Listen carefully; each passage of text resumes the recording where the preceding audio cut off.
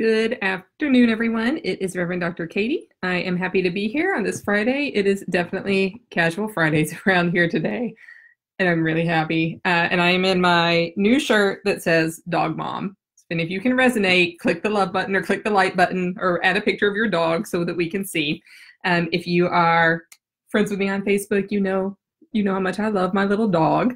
And today, actually, dogs come into the picture today because I was sitting around this morning. I get up really early and I take that early morning time to meditate and to pray. And you are all always included in my prayers. Hello, everyone. Hey, Bridget. Hey, Linda. It's good to see you. You are all always included in my prayers. And I kind of take that time for me, get my jolt of caffeine with my morning tea. I don't drink coffee.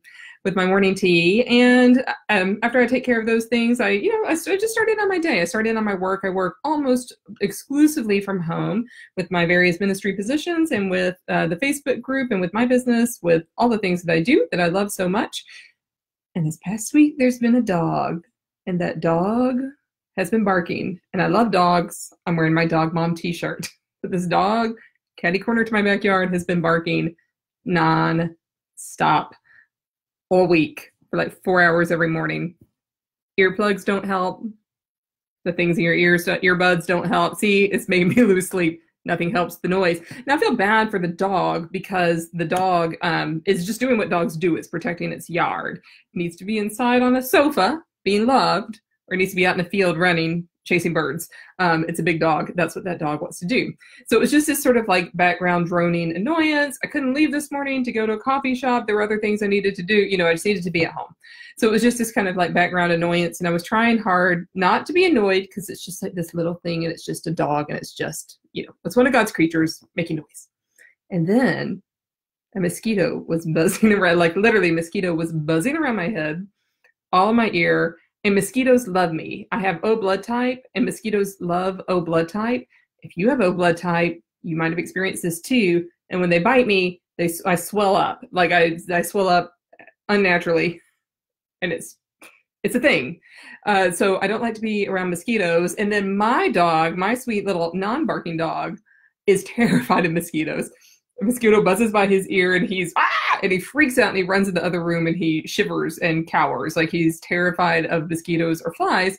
And then at lunch, this fly kept on circling around my lunch and my head.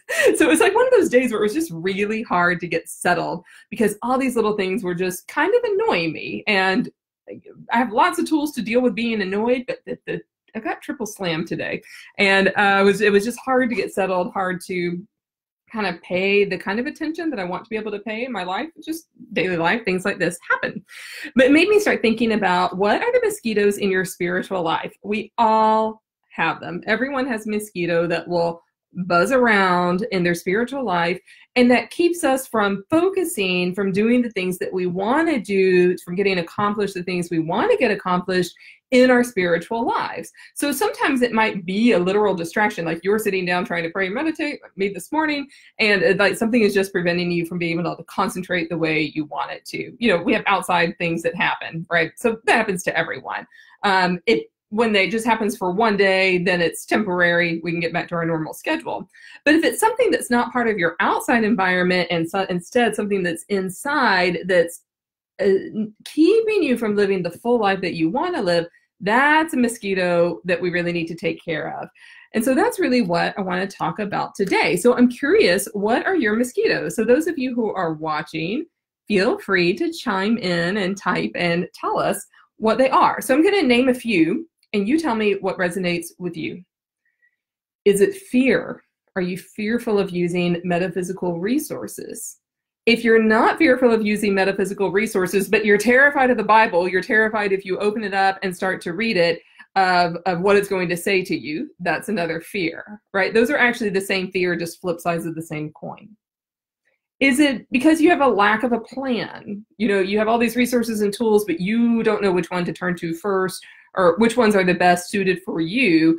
And sometimes when we grasp for too many tools, it's actually, that can be its own mosquito. It's like you have 15 mosquitoes buzzing around your head. You have too many tools, but no plan on how to use them, right? So that's another one. A third one just might be resources. Maybe you have no idea what resources are out there, what's available. Everything seems like gobbledygook. We talk in here a lot about how often churches don't know how to answer our metaphysical questions, but then you turn to the metaphysical community and they're completely allergic to Jesus, right? And many people in the metaphysical community don't see Jesus as Savior. So it's kind of hard to ask the questions that we want to ask. So that might be another one. Maybe you have self-limiting beliefs. Maybe you have self-limiting beliefs about what you can or can't do. Maybe you have a self-limiting belief about abundance in your life, and you believe that that's really hard, and therefore it is hard. Maybe you have a self-limiting belief about your spiritual practice, and you think that it requires days and months of fasting and of being in a desert, and you don't believe that it can happen with ease and flow, right? So that's another self-limiting belief that might be stopping you. That might be a mosquito kind of circling around your head and stopping you from engaging in the spiritual life that you really want. Maybe you have serious questions about your purpose and have a fear deep down inside that you can't know your life purpose. So then that's another one. So those are all mosquitoes. They seem little. But just like me this morning, it was just one dog barking or one mosquito flying around or one fly, but it derailed me enough that it was hard to continue on the path that I wanted to continue on. Right now, everything is blessedly quiet in my house. I think all of those distractions are gone right at the moment. All right, so we had one comment, resources and organizations. And so I'm curious if the organizations is like an institution or like personal, like getting organized. And you will have all of those at your fingertips really, really soon, because this person is enrolled in my program, which is amazing. So I don't say all the names out loud all the time on here. Right, so those are all these kind of little mosquitoes that can get in our way and prevent us from living our full spiritual life, if that's what we're really desiring. And of course, you're all desiring it because you're watching this, because you're here. And so let me give you an example that has been true in my life and might be true in yours. So one example is you just may not know where to turn in your own life.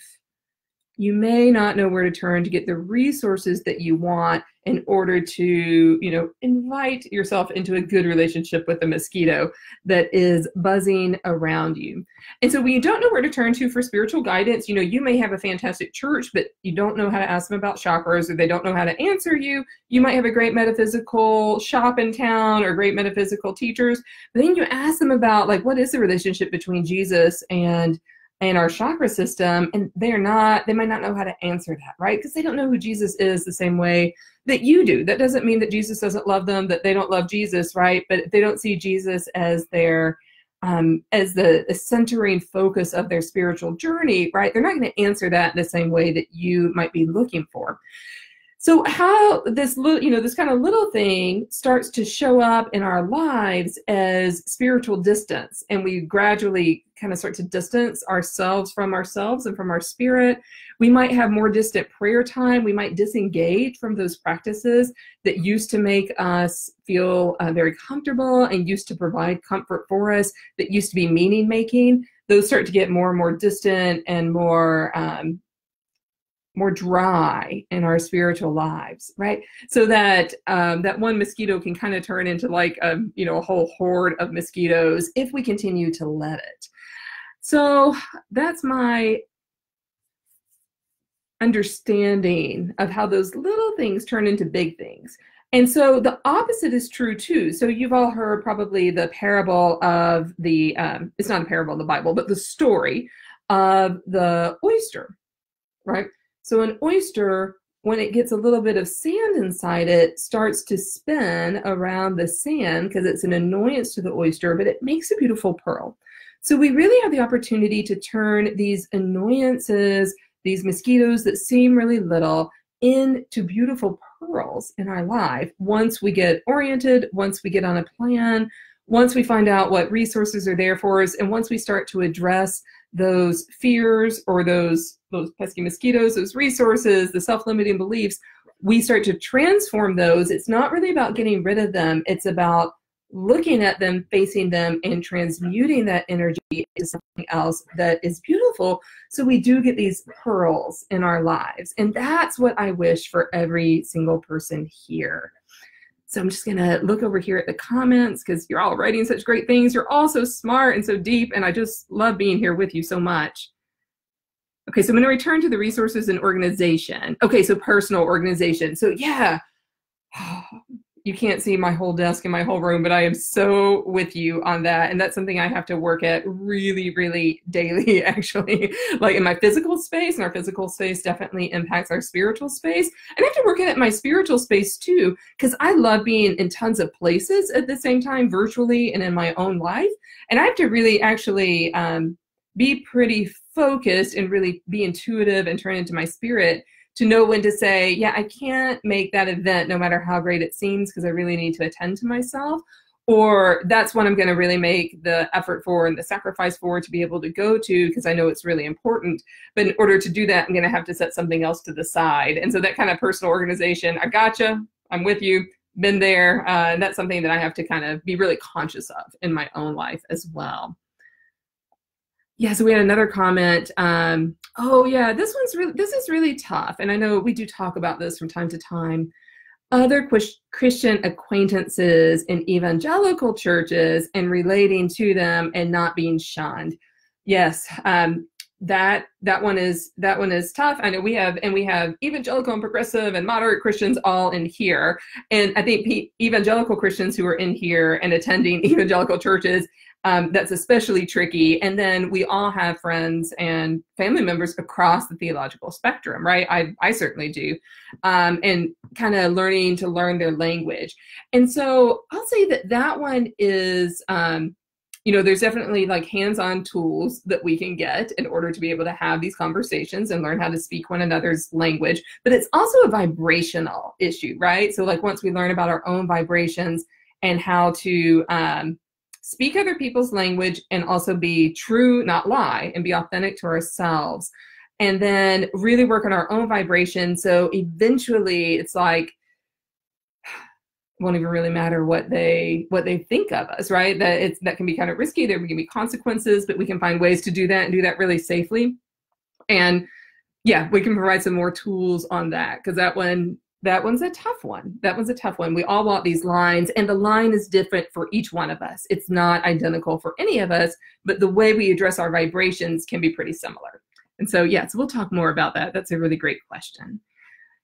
So this one's a little long, so give me a moment to read it.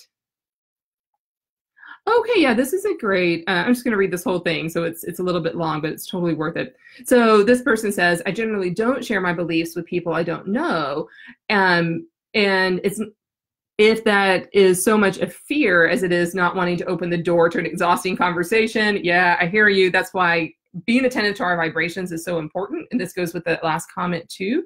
So it's really good to know, like, I'm in a state right now where I can't take the criticism. So you don't have to engage. You actually don't. It's fine not to, especially if it's at the end of a long week, you're tired, it's been challenging. Wait till you're in a really high vibration state before ever even engaging. So that's one really practical tip that I can give to everyone right now. Every time I have not done that in my life, it has not ended well. Right? Every time I thought, oh, I can do, I'm okay. Yeah, I know I'm exhausted. I know I'm emotional, but I'm going to engage in this really high risk emotional conversation right now. That's never gone well, right? So, learning how to pay attention to our own vibration and going into those conversations in as high state as we can get can be really, really beneficial. So, and then I'm going to continue on with a comment. Used to be a fear of damnation or being excommunicated from your family. Definitely a reasonable fear, depending on your situation. But that already happened. I'm sorry that happened. I'm happy you're being true to yourself. And so now it's just a mosquito. That's beautiful. Yes. So you have turned this, what seemed like a huge, giant insect into a little mosquito, right?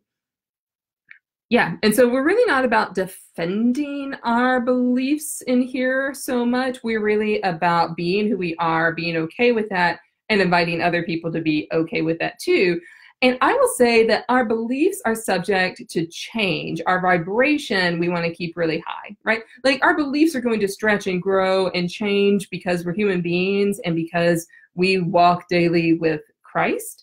When we walk daily with Christ, that means that we radically open up ourselves every single day to being different.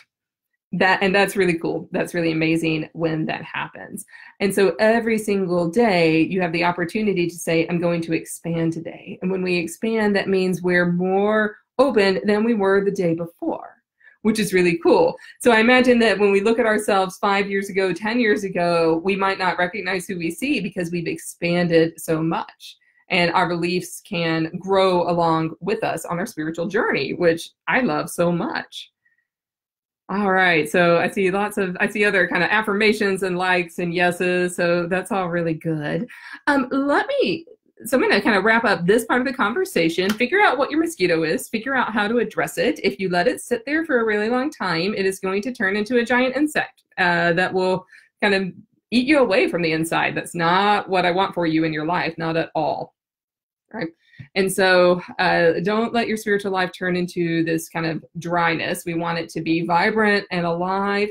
And when we get to a place where our intuition can really start to deal with those mosquitoes, we can recognize them right away and gently invite them outside the door and transmute that energy into something that is beautiful for us. You know, we can become that oyster, turning that little mosquito or piece of sand or whatever it is into a pearl. We have a lot of metaphors going on here, so I'm going to stop with that one. I am gone quite a bit in September. From here through the end of September, I have a big retreat next weekend that I'm staffing. I get very little cell service at this retreat center. I'm just gone here and there. I have lots of time in my car for the next 2 weeks. So usually I don't do a lot of calls on the weekend, right? I try to keep some Sabbath days for myself. But because I'm gone so much the next 2 weeks, I did go ahead and open up a few slots for tomorrow. So if this is something that's on your mind and you want to schedule some time with me, I would love to be able to talk to you. And really the point of the conversation is to figure out what your next steps are. Maybe I can serve you. If I can, I would love to. If I can't, I'll recommend someone great who can, right? This is really about you and your spiritual journey. I want to help you as much as I can. I am going to post, I'm going to post my calendar link right now. I just did that. I will go back and post it in the top, in the description as soon as this is concluded. So if you want to snag one of those appointments, I would love to talk to you. I have 3 open tomorrow. That's it. And the rest of the day I am devoting to my own spirit, my own life, and Sundays are, of course, very busy for someone like me. So I'm not too available on Sunday this week. All those time slots are filled, but I do have 3 tomorrow. So yeah, if you're watching this and you're like, oh wow, that's a mosquito in my life, and I am ready to fix it. I am ready to transmute that. I am ready to live a full life in my spirit and figure out the tools to do that. I would love to help you on that journey. So give me a call. Let me know. Hello, everyone. It's so great to see you. Ooh, okay. I see a few more comments coming in, but I'm going to respond to all of those individually as soon as I log off. So you all have a wonderful, wonderful weekend. I will see you online, and then I'll see you again on Monday. Bye-bye.